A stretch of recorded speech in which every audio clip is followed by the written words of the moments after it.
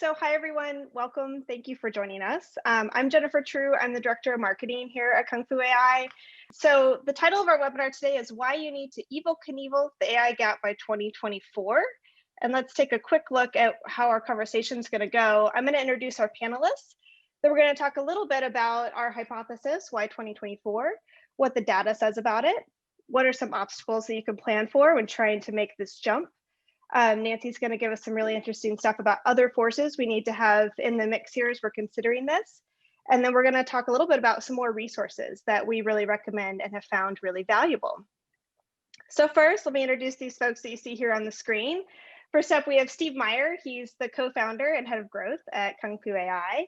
He leads our strategy channel and government work here at KUNGFU.AI. He comes from a deep background of consulting and teaching clients on how to adopt emerging technologies.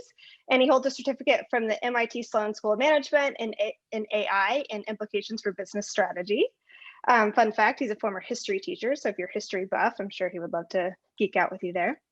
Then next we have Paco Nathan. He's the managing partner of Derwent AI. He is known both as a player and a coach. He has a deep expertise in data science, natural language, and cloud computing. He has more than 40 years of tech experience, ranging from Bell Labs to early stage startups, and he's an advisor of us here at KUNGFU.AI, which we're really excited about. And he was named one of the top 30 people in big data and analytics by Innovation Enterprise. And then finally, we have Nancy Giordano. She is a futurist, a global keynote speaker, a corporate strategist, a gatherer, and a new author. She really has a drive to help enterprise organizations and visionary leaders transform to meet the escalating expectations ahead. Nancy's background is fantastic. She was one of the first TEDx licensees in the world. She's a Singularity University lecturer, a frequent South by Southwest contributor. She created the Career Fair for the Future for high school and college kids. She recently co-founded the Femme Futurist Society. And if that wasn't enough, she also recently launched her first book titled Leadering, The Way Visionary Leaders Play Bigger. So welcome the three of you. We're super excited about this. So now I'm going to go ahead and hand it over to our panelists to get started. So Paco, why don't you go ahead and take it away? Okay, thank you very much, Jennifer. Thank you all. We're really excited about the topic here today. The general theme is, put front on this slide here. Some of the language actually paraphrases. There are some talks I was involved with a couple, 3 years ago, looking at AI adoption trends, and some of our studies, in particular, some studies that Ben Lorick and I have been doing, but also, referencing studies from MIT Sloan and Michael Chewy's team at McKinsey Global Institute and others. We're all pointing to this fact that there's a huge gap emerging between sort of the haves and have-nots in AI. And when you bring in the futurism analysis of like, okay, where are these trend lines heading? A date begins to emerge and basically a deadline. And I definitely want to underscore the point that there's a lot of technical considerations. We'll go into that. But there's also a lot of people issues. And it really does come down to leadership. A lot of the core things that have to change in terms of AI adoption and this kind of deadline. Alrighty, so next slide. So yeah, the title here, End is Nigh. We're seeing this word dating back to like 2018, where the firms that have been investing in AI adoption, where they're recognizing return on investment for that work, they're doubling down and they're investing more and more, and they're seeing more benefit from it. Whereas the firms that aren't, well, frankly, they aren't even getting started yet. So there's this huge gap kind of emerging. We'll explore it, but it's certainly having a huge impact on IT budgets and sort of the shaping of data strategy. And part of the problem is, from a technical perspective, that the things that need to change for the companies that aren't getting started yet are typically corporate initiatives that take a few years to accomplish, even if you start in earnest today. So there's that kind of Peloton effect where you have these breakaway companies that are really recognizing the benefit, and others who are just being left behind. Next slide. And if you take this kind of idealized diffusion of integration chart that you've probably seen many times, but definitely, the innovators and the early adopters and the late majority and the whole crossing the chasm argument. What's interesting is that a lot of the foundational technologies we're talking about, they have a timeline that shows up about 12 to 15 years between when the first people start using it in production versus when it's a done deal. It's just totally accepted throughout the industry.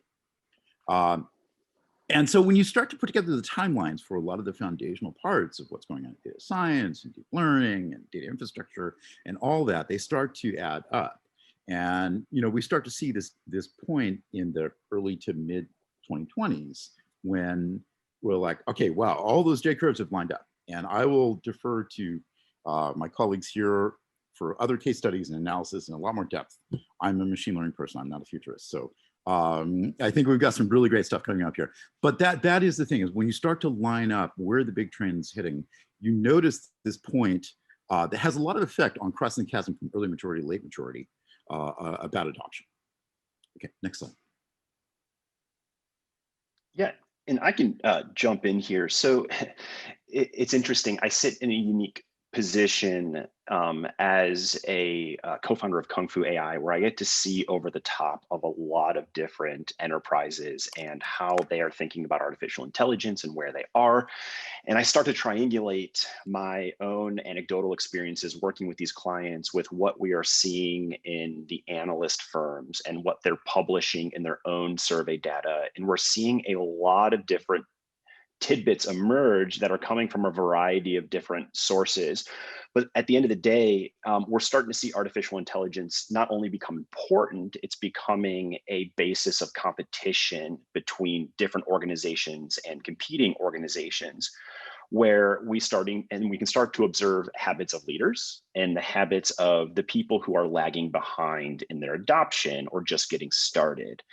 So amongst the cohort of leaders, we are seeing a greater than 95% of enterprise C-levels anyway, according to this KPMG survey, they also believe that AI is actually going to play a major factor in who will win and lose in their market and in the future economy. So most of the people who are leading do believe this is of critical importance. But of the most mature companies, many of them are reporting better EBIT attributed to the AI, and they're using the extra profitability and reinvesting into that technology. And what was astounding to me is the spend on both technology and talent. So many of these global 500 leaders that they surveyed are spending in upwards of $75 million and have roughly 375 full-time employees just dedicated to AI machine learning.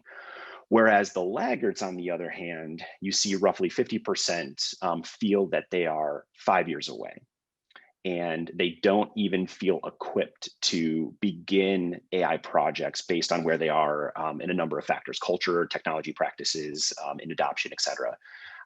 But it's really what's happening with legacy IT and data infrastructure and technology debt that is absorbing a lot of time and effort to get across. And they don't have the right mechanisms to even collaborate around trying to identify problems and data sharing for artificial intelligence. And we hear this all the time, but many companies that come to us are very curious about artificial intelligence, but don't identify themselves as being ready because they want to first work through digital transformation initiatives. It's probably our number one competitor, is need to get through digital transformation initiative. But we're starting to see, for those who have a digital transformation first strategy, AI second, it's appearing to be a losing proposition, where we feel like the tail is wagging the dog, where AI and vision and outcome and business capability should be leading it. And then you kind of work backwards from what AI can unlock that and what digital transformation spend needs to happen to make the whole thing work. We can jump ahead. So some additional data to share with you, just starting to understand performance levels of leaders versus laggards. This came out of a book we highly recommend, Competing in the Age of AI, which was recently published last year. But we're seeing tremendous financial performance, both in 3-year average gross margin, 3-year earnings before taxes, and 3-year average income of the leaders versus the laggards, meaning the top 25% versus the bottom 25%. And this is incredibly interesting. This actually came out of some analysis from the UBS analyst Paul Winter. And we're not only seeing tremendous financial gains from leaders versus laggards, we're actually starting to see the value of certain stock performance of businesses who are competing against the leaders start to decline as the adoption curve in their segment increases. So what you're basically seeing is the fact that these leaders are creating such a tremendous value that some of the, what he quotes, value stocks in that same category are declining as they observe the leaders adopt more and more artificial intelligence. So here they're trying to make the connection of, again, this idea of a tremendous advantage is not only helping these companies become more equipped with artificial intelligence, more intelligent, more capable, but they're actually performing at such a high level, it's coming at the detriment of some of the companies that are falling behind.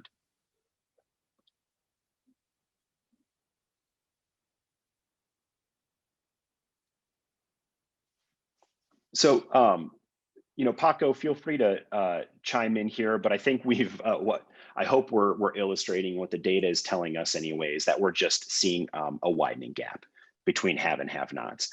Oh, and Paco, you are on mute, sir.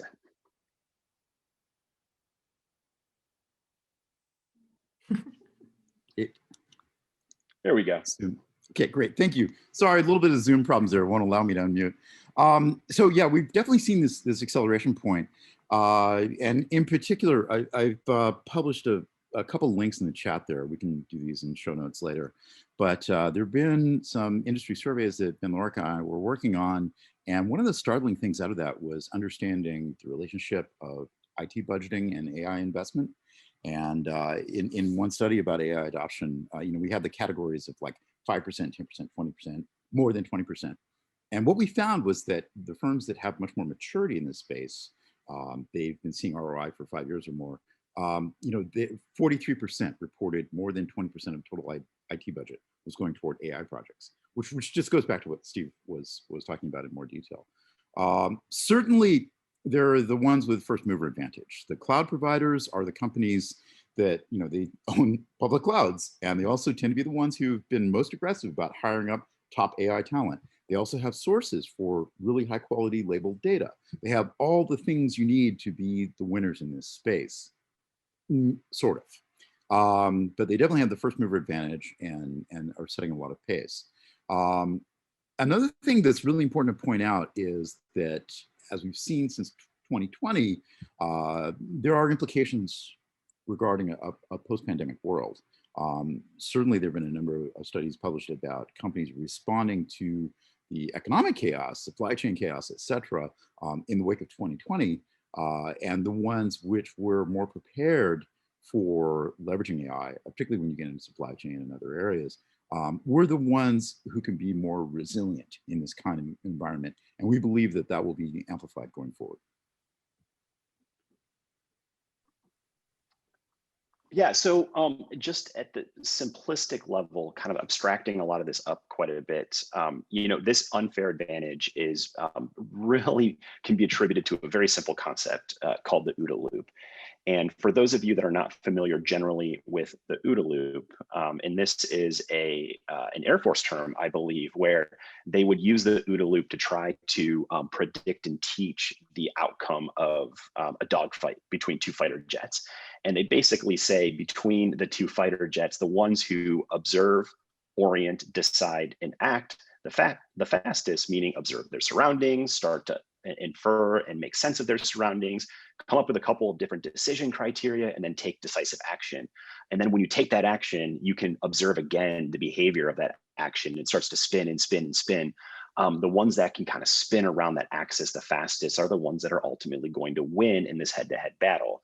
But we're seeing something very similar in the competition for AI adoption, where the ones who have more data can train better models, and the ones with better models are ultimately going to produce better outcomes or better services, and in turn get more usage. And that more usage creates more data, and the axiom spins and spins and spins faster and faster. So at the simplest level, you know, this is really what's going on and why we're seeing that widening gap. So just some key takeaways, we're talking a little bit about the problem, right?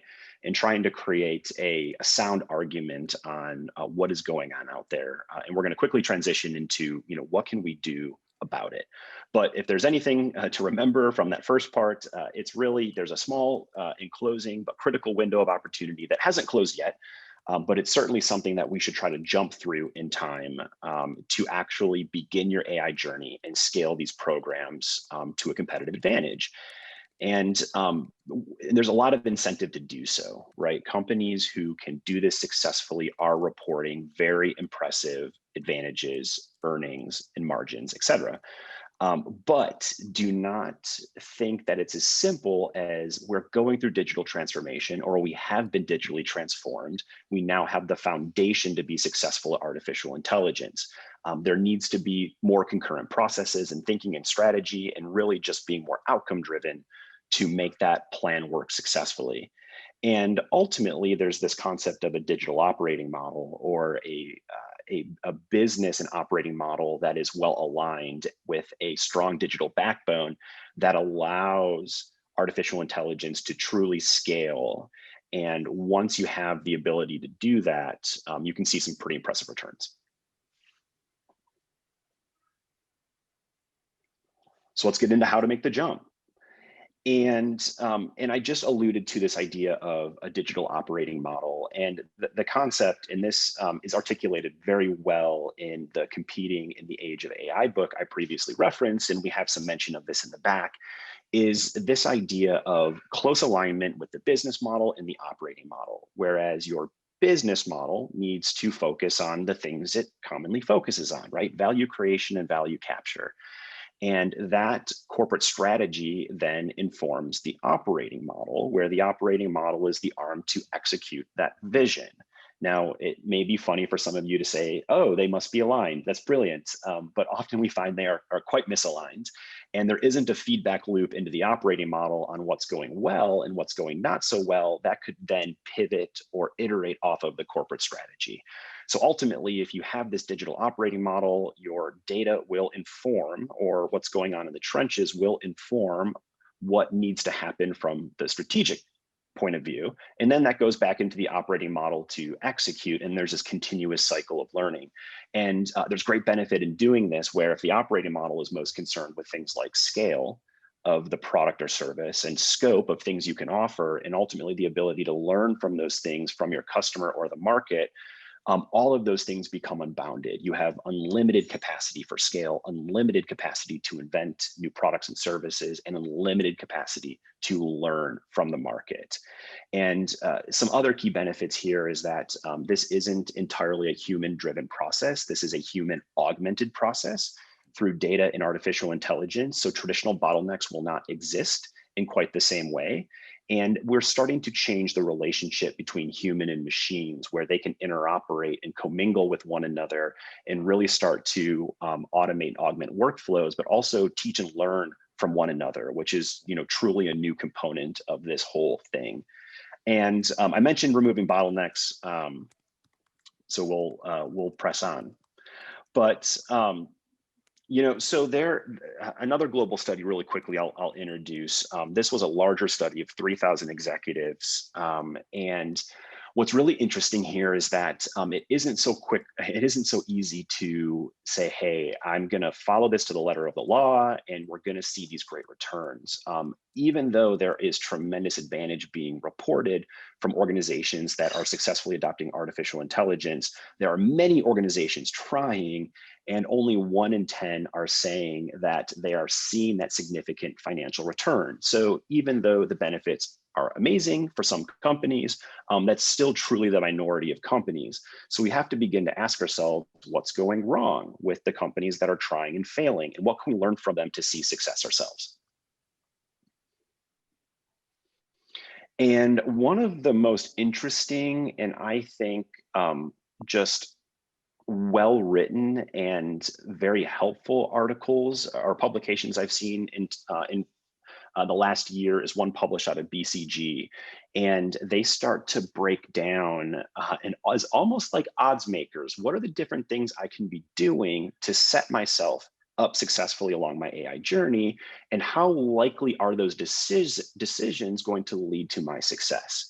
So I mentioned the idea of digital transformation only not being a winning proposition, but when you start taking digital transformation and that progress, and in parallel, you have yourself an AI strategy and vision, your propensity for success increases dramatically.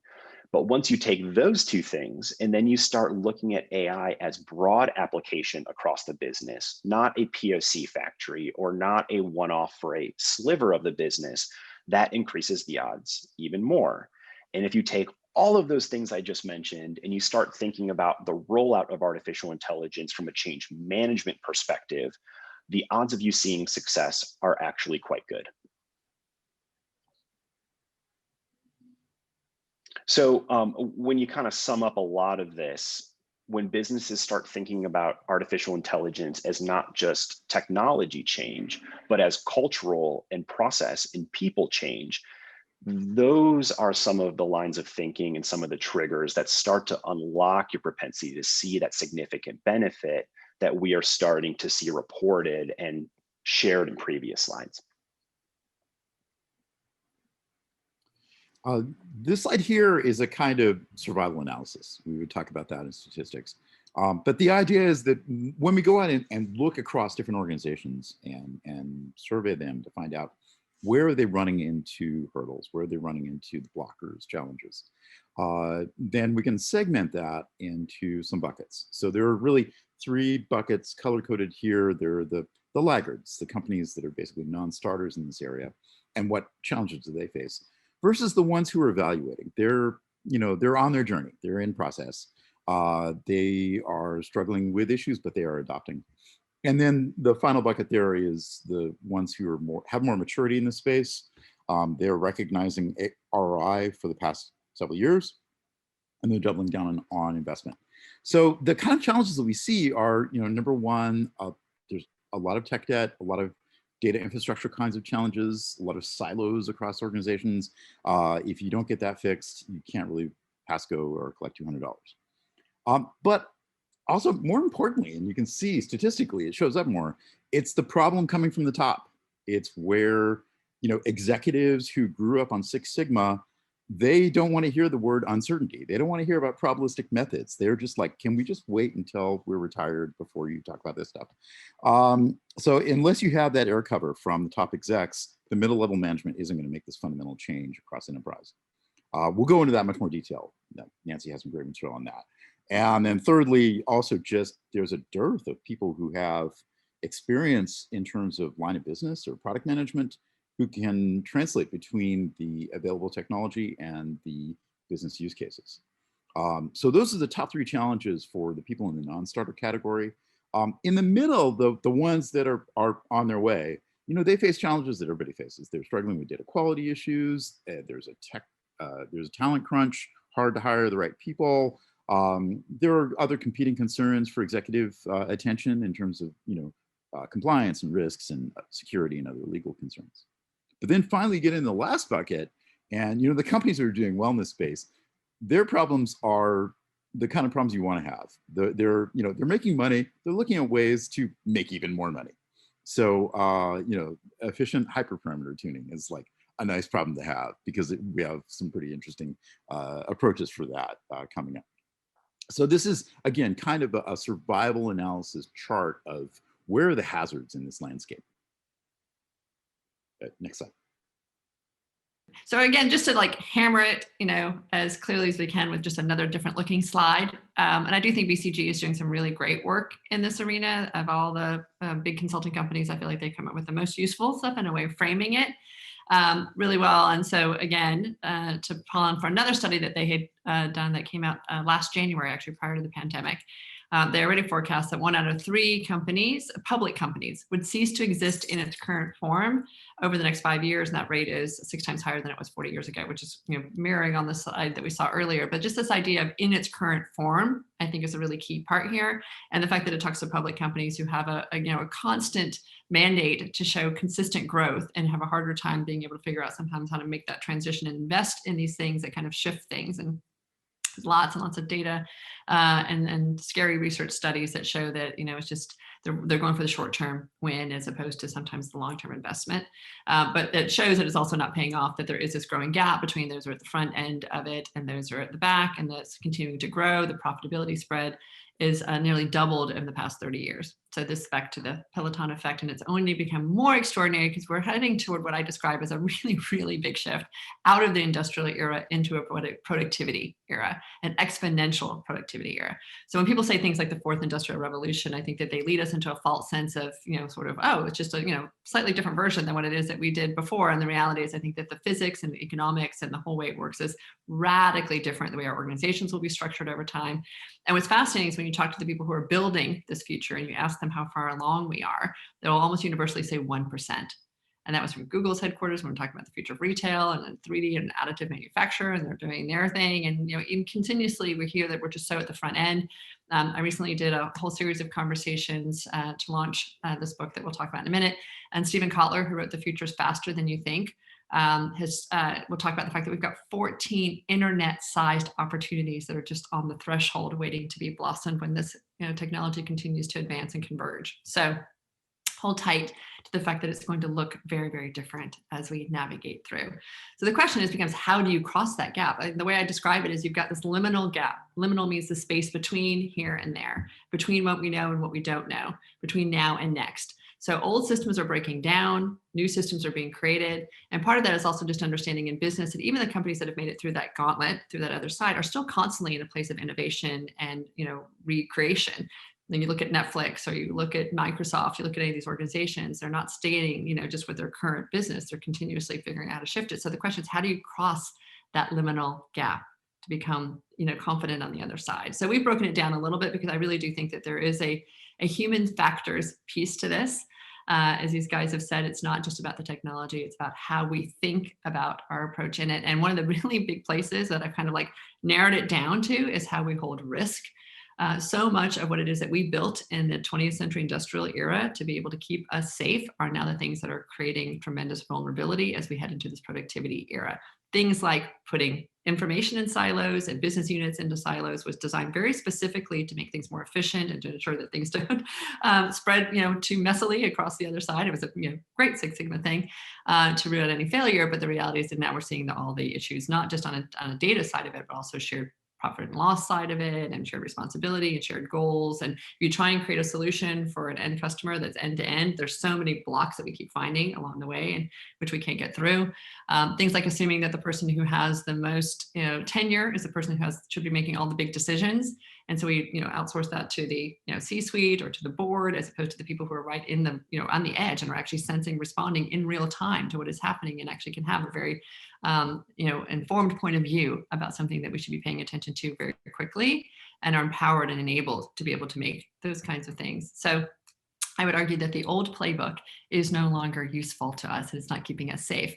And the way I describe the playbook is really through this language of leadership versus leadering. If you think about, again, what we were often taught in business, there was a very specific way in which we were supposed to operate. It was in a static, closed, hierarchical organizational approach. It was designed to scale efficiently for consistent short-term growth, month over month, quarter after quarter, year after year, right? Again, designed very much to keep out anything that seemed variant. And now we're moving into a world we have to be in a place where we're constantly responding, right? We need a verb instead of a noun. We need to be dynamic and adaptive and caring and inclusive. It's a mindset as opposed to a playbook. It's a set of practices that supports continuous innovation and experimentation for long-term sustainable value. We're thinking about this now, not over the next quarter or even over the next year, but over the next decade, I would argue across generations. We're going to be asked to task to think about this much differently. So the question is, what does leadering look like, and why is that mindset again so important? Because again, what Paco said earlier about the fact that the organizations that have been investing in AI were better prepared for the moment that we're in, but I would also say the organizations that had been investing in building strong cultures, building strong communication structures within their organizations, who had an understanding of their shared purpose and values, were much more equipped to be able to move to remote and distributed work and be able to continue that productivity than the ones who didn't have any of that built in. So there are things that seem like they're the soft skills that are actually fundamental to being able to create the productivity that we want.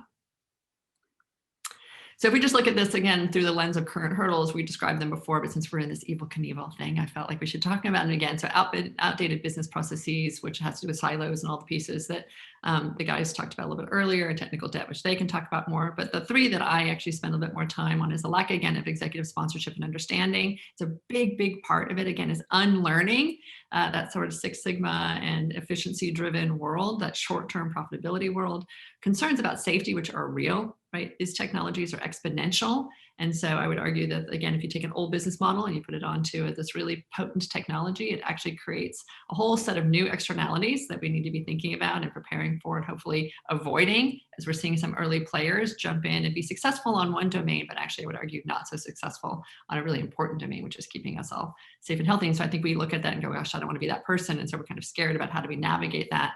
And then there's certainly fears around, there are talent fears, culture fears, personal fears around how we work our way through. So I'm going to give just a really quick overview of some of the things that we have learned that can be the antidote to some of these issues that we're seeing that help us then support it. I'm a big proponent of AI. I also am an advisor with KUNGFU.AI. I think it is, the electricity of the future, but we have to guide it and shape it in a way that holds us all well, and so that we feel confident in building toward it.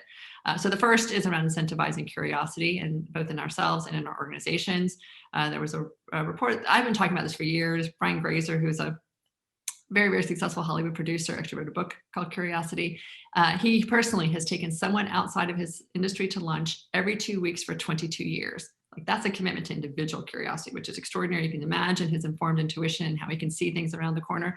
But we also see it in business. And it was interesting in this report that HBR did at the end of 2019, that when you ask organizations about it, they're like, yeah, we want people to be curious, but not too curious, right? Because then we have all these ideas, and we don't know what to do with them. So we actually need to build processes inside our organizations which people can express that curiosity, test things in a more constrained way, and allow that curiosity to be able to form hypotheses that lead to business results. The second is about having again, clarity on our purpose. This is work from Simon Sinek. It's one of the most clearest example of it, although there's lots and lots of things that have been written about it. But the idea is starting with why, not just focusing on the what we do, because when that is disrupted, then you don't know where to go. Nokia is a story that I think we don't often tell enough, but the fact is they knew all the same things that Apple did around the transformative technologies and components and hardware and all the things that were going to be happening with smartphones. And instead of being able to navigate toward that, they were really so afraid that it was going to hurt current business. And they were so struggling internally that they weren't able to operationalize that. And instead, they lost $1 billion worth of shareholder revenue and had to lay off 10,000 people. So this idea, again, of trying to stay safe by focusing on protecting our what is actually not going to do it in the future. So the question becomes, well, what is our why? And how do we navigate to that and allow for the transitions and changes that all these technologies will allow it to be expressed differently as we move forward? So again, then, okay, so if you've got your curiosity and you've got a sense of purpose, the question is, how do you start to build the business processes that allow you to do something with that? And so the reason design thinking has become such an important part of this work, and again, another piece of scaffolding in it, is because it just prepared us over the last 10 or 12 years to think differently about how we look at innovation. So instead of just thinking about what we can build over here and hoping that somebody would want it, we spend years again in R&D. What we're doing instead is starting from a place of empathy. We're really listening to what the needs are and what the opportunity is. We're defining it. We're prototyping something. We're testing it in a very, again, small and constrained way. And I say tested, it's not like in a lab with lots and lots of money. It's like figuring out ways that you can throw out what we call as a minimum viable product around it. You learn, you get feedback, you iterate, and you keep going, and you keep going, and you keep going. This goes back to, again, another circular loop in which you are always in this process. And even when you've deployed something, right, there are features that are constantly being updated. There's new ways in which people are using it, and which we're figuring out there's another opportunity or a place where it's stagnant, and we continue to move through in that way. And what I love actually is a line from, I can't remember if this, Paco, is from your work or some of the stuff that came from IBM, but that AI exploits uncertainty, and I would argue complexity, as areas of opportunity.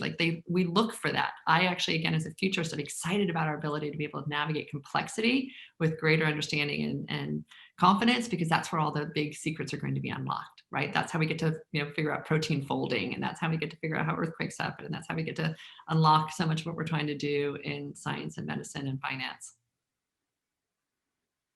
However, again, to the safety point here, it's really critical that we think about ways in which we do it. And there's lots of there are people who are trying to figure out, create certifications in the world of AI, like AI Global. There's, regulation that will happen. But I will say, and sometimes, again, it's the most human way in which we do it, which is that we need to have diverse teams. And I mean, like, seriously diverse teams. So it's not like that we want, it's not just about ethnicity, and it's not just about gender. It's also about types of learning that people have done, the kinds of degrees that they bring to it, whether they're from the north or from the, from the north or from the south, or an industry that they come together and suddenly they can see something. Again, another example that Stephen Kotler gave is where entertainment meets healthcare, and all of a sudden there'll be completely different ways in which we think about healthcare. So often when someone from entertainment wants to go into technology, or someone from healthcare wants to go into education, we put these boundaries around them, and the fact is there'll be much more merging around that. So being really open to that is frankly the only way we're going to be able to look through our own biases and be able to question our own assumptions that go in. However, it's really key to the next part as well, which is that we have to be open to dissent, right? We don't want necessarily all kinds of people who are diverse around a table, but it's asking everyone to think the same way, or to say this is the way we've always done it, or to feel somehow threatened when there is a challenge thrown out. There's another organization that we're working with that is putting into their values about challenge, and all of a sudden there's all this feedback inside the organization that people don't want to be challenged. And the reality is we have to build cultures that allow for that, and allow us to be able to question things, and allow us, again, to have a process for being able to have a hypothesis and learn about them. So it's not just my opinion against your opinion, but being able to have those more challenging and more disruptive conversations, and assuming that we haven't somehow been called out personally. Which goes back to, again, all of this is so very human. One of the things that is fascinating to me as I get closer to this work with KUNGFU.AI is to see how human the technology deployment even is, just what data we decide to collect, how we label that data, how we contain that data, the hypothesis that we make for the particular application, et cetera, are all very human. But so is the fact that how we interrelate with each other. And this idea of being able to break down silos requires that we have greater trust with one another. And then we're able, again, to have these places of dissent. And what we're finding, again, in all this interesting research, is that it can start with as simple a thing as telling a story. So one example is if you have an ideation session and you start with an embarrassing story, there's a 29 to 30% greater output in the ideas that come out. Why? Because you've created psychological safety, right? I've let down, I've shared with you the most excruciating thing that happened to me in 6th grade, and I get to hear yours. And suddenly the idea of throwing out a more, sort of crazy idea doesn't seem like I will be judged harshly for it. It feels a little safer to be able to do that. We're seeing that out of work from Google. They did a whole project on Project Aristotle where they studied teams for years. But the one that I actually think is most fascinating is the former Surgeon General of the US, Dr. Vivek Murthy, I think, when he set up his office in DC, and he's been studying loneliness and understanding what a huge, huge issue that is, even inside our organizations, and how it reduces creativity and productivity. He set up every week a practice where in their weekly meetings, each person would be assigned 5 minutes and 10 slides to tell their coworkers a little bit about themselves. It became the most looked forward to thing all week. And it then had all these other productivity hurdles of people wanting to be more curious about other people's work, supporting other people's work, staying longer hours, jumping lanes, all the things that we think that we need to get to in order to be able to get to do that work started from people just feeling like they understood each other. Again, I can give stories upon stories about the importance of storytelling, but it can be as simple as starting a meeting with a 30-second story of like the music that you listen to then on a day that, to lift you up. And suddenly it changes and transforms the conversations that happen next. Because I think that there is a tremendous amount of fear. When I said about talent, this idea when you bring artificial intelligence into organizations, there is either consciously or subconsciously a resistance because it will create redundancy in what will be my future of my work be. And whether or not I can get reskilled to whatever the thing. I mean, there's always a wish that I can get redeployed inside the organization to do higher thinking, higher quality, and greater creativity work, which is great. But unfortunately, the statistics are not bearing out that everyone's going to be able to make that leap in time. There's a lot of work that's being done out of Harvard. And what I think is beautiful is when you watch something like you look for case studies. AT&T has done a lot of that. Lever's done a lot with that, where they're really open about the fact that this technology is going to come in. It's going to completely transition manufacturing. Robots are going to add so much more to it, and a lot of the human labor is going to go away. So what does that mean? And what's actually fascinating about this too is that you're bringing in people who are the stakeholders into the conversation. We're not deciding it for them. We're deciding it with them. So that one of the key tenets to Unilever's approach, and there's this beautiful white paper about it, is changing the way we change. right? It's not just bringing, again, that same mindset to it. It's actually really thinking about it and realizing that being in conversation and being more upfront and transparent with people creates, much less resistance. People feel well held, and they're creating all kinds of amazing solutions that are context dependent around the world. And again, if anyone has questions, I'm happy to answer. But there's something extraordinary they're doing in Brazil that's different in China, which I think is just, again, they're a purpose-driven company. They're very thoughtful, and they want to make sure that people are well held in this transition, both from a humanistic perspective and because it drives the shift in the productivity that's necessary from a business perspective. So lastly, I will just say, and the most human of all things about having compassion for ourselves, because there is a lot of learning that we're into right now, and a lot that is being expected of us as we lead through, whether it's a digital transformation or a business transformation or societal transformation or ecological transformation. All these transformations require that we are all in the game and working collaboratively. So having compassion for the fact that we are in a marathon, not a sprint, learning how to take really good care of ourselves, but also for our team members, for our colleagues, for our customers who are coming in and exhausted and frustrated about the things that are happening. There's all kinds of social upheaval that's happening at the same time that people are carrying into the work that we're doing. And I think it's really fascinating is we're seeing this word imposter syndrome come up. I was on Twitter one day years ago when someone said, what's the biggest existential threat to humanity? And people like climate change and polarized politics and nuclear war and whatever. And then someone put imposter syndrome. And at first I scoffed. I'm like, please, there's all these big issues. And then I actually realized it's actually the fundamental one. If people feel so scared that they're going to be called out and feel as though they can't actually show up for the work, it literally depresses every possibility of being able to create these innovations that we need and these really successful transformations that we hope to navigate, right? So the idea that we are recognizing that we are investing in our own self-awareness. So much of the work is kind of resting on that, and knowing that we can, we have the support structures. If we don't have them inside our organizations, we can find them outside of our organizations. There's tons and tons of communities that are being built to support this work, and taking lots of deep breaths. Everyone keeps asking me like the one thing you can do, and I was like, take a deep breath, because here's the opportunity. Can we reframe this idea of VUCA? VUCA is a military term in which is describing the environment that is unknown. It's volatile, it's uncertain, it's complex, and it's ambiguous. How do you build, again, when you don't have a playbook that you can go to, how do you build emergent practices that in the moment allow us to be able to successfully make it through that experience? And what we're finding is if you can reframe it through these set of practices, that again, I describe all sort of bundled up into something called leadering, which is more dynamic, is that if you can come at it with vision and understanding, collaboration and caring and curiosity, lots of C words, and agility, that we actually have a way to be able to navigate this with confidence. And it allows us to open up more and make it happen. So that's the part of the transformative side that I get super excited about. And I don't know who, Jennifer, are you going to close with this comment? Yeah, I will take it off. So we just sort of wanted to wrap up, AI is the next frontier. There's a lot of pieces that we need to pull together to really make it happen. Some companies won't make it, but we hope that yours will and your team will. One final thing we wanted to share with you are a couple more resources. That includes Nancy's new book that she's talked about, Competing in the Age of AI, which Steve referenced, and the entire team at KUNGFU.AI is reading. Paco participated in a mini book with O'Reilly about operationalizing AI, which we really recommend checking out, as well as we've written a white paper about building internal capabilities. So being able to go from point A to point B internally and sort of trying to map that out as best we can for everyone. So now I'm going to go ahead and stop the share of this slide so we can go into a little bit of Q&A. The first question that I've received here, and I don't know who will want to take this, Steve, it might be in your ballpark, but we'll open it up. And if anyone has any other questions that they haven't asked yet, please drop them in the chat or in the Q&A. But if you are starting to figure out how and where and when to implement AI, how do you figure out where to start? How do you even pinpoint that? I think it starts with education. So I encourage everyone to self-educate and have the humility to say, hey, I might not know this stuff, or I might not know it the way I need to know it. And there's just so many fantastic resources out there. I mean, we were just scratching the surface. We could do a webinar on some of the best reads out there for artificial intelligence right now.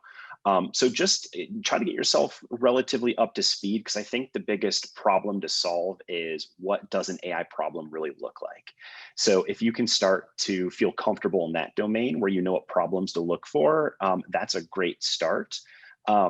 But from there, you just need to collaborate. You need to have mechanisms where you can pull in different stakeholders from different departments and say, hey, what problems do you have? What data do we have? And how can we use AI as a capability to connect our data to a potential problem to solve?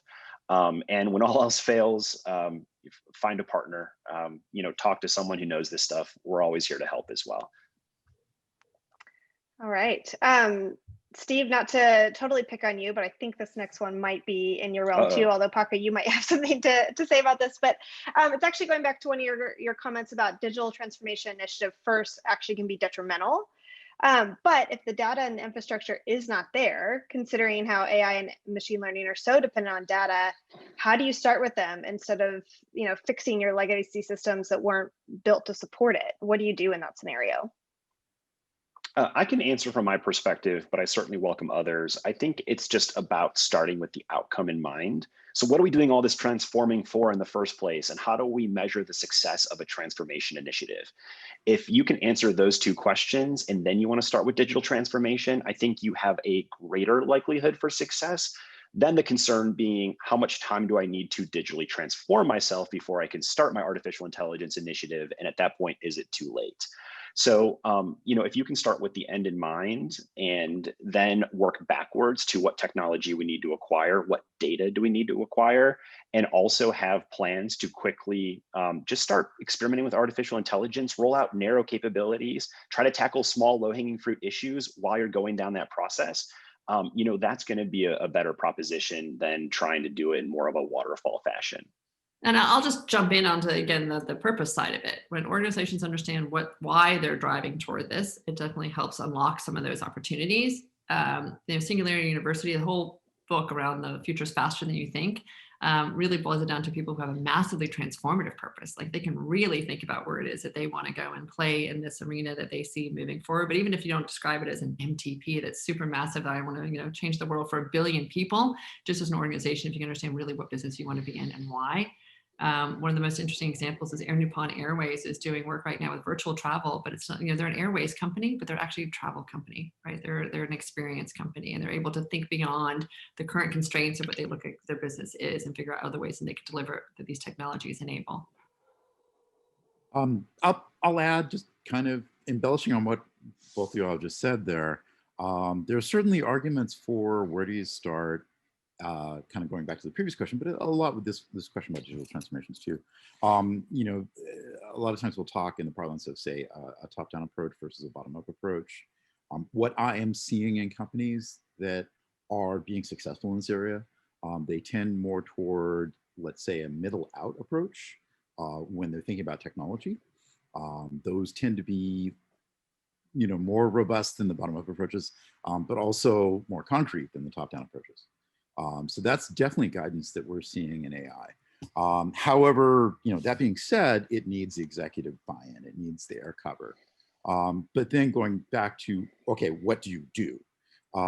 Certainly what Nancy was saying is over and over this notion of a design thinking approach, of getting a lot of different representation, a diverse representation across your organization, to be working on it together, to find a common language together, to find common problems together, building that diversity into the team before you go start working on the use cases, that has to happen long before you ever start talking about technology selections.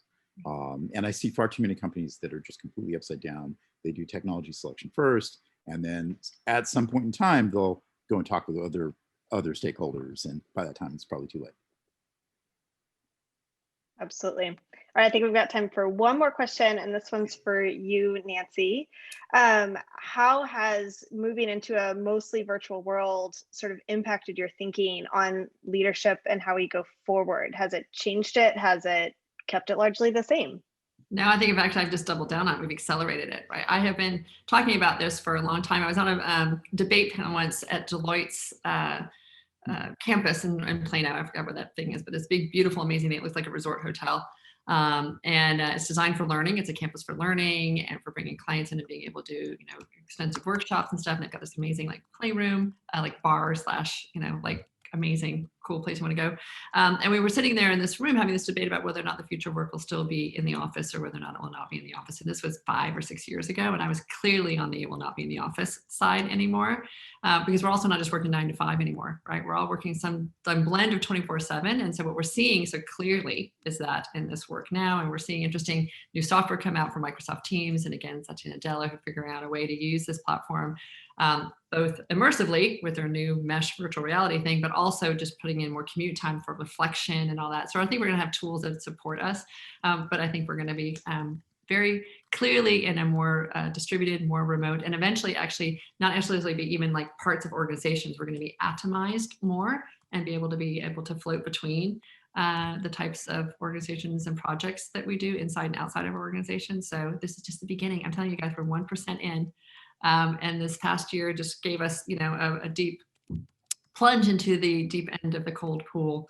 But as we work our way through it, we're going to realize that there's ways in which we can do so much better than we're currently doing. I mean, 80% of the workforce was not engaged in their work prior to the pandemic, right? The Gallup studies have been clear for decades. 70 to 80% are not engaged. We need really engaged people in order to be able to navigate all that's moving forward. So we need structures that encourage people to be more engaged. 1% in. That is both exciting and terrifying. The way I frame it is, for those of us who are building it, we're like, oh my God, this is so exciting. We should reimagine, redesign, and think every single institution, organization on the planet right now, like yay. But for those who are incumbents, I mean, what we also need to prepare for is that people who are incumbents in those spaces who don't feel that they can see their opportunity on the other side, it is a very frightening time. And so that's why, again, compassion becomes such an important part of it. Empathy becomes an important part of it. Being transparent with people and communicating clearly becomes a part of it. It's helping them see what the opportunity is, why purpose becomes so important. John Hagel, who was also part of our series last week, talked so much about an aspirational narrative, that you need to have the place that you're excited about moving to. But it's always a scary, fear-based story we shut down. It's an aspirational story where you can all get very, motivated and galvanized together. And so he's writing a whole book now. He's an amazing strategist, operational strategist from Deloitte, created the Center for the Edge, like literally one of the most amazing thinkers. He's writing a book now called The Journey Beyond Fear, because that's really where it's all like locked right now. Well, and that ties perfectly back to Evel Knievel. Imagine if we hadn't overcome the fear. Full circle. Well, Right? Thank you guys so much for your time. Thank you everyone for joining. As I mentioned, the recording is going to be available on our website, so please check that out. And thank you all again, and have a great day. Thank you. Well, Thank you. thank Bye-bye. you. Guys. Appreciate it.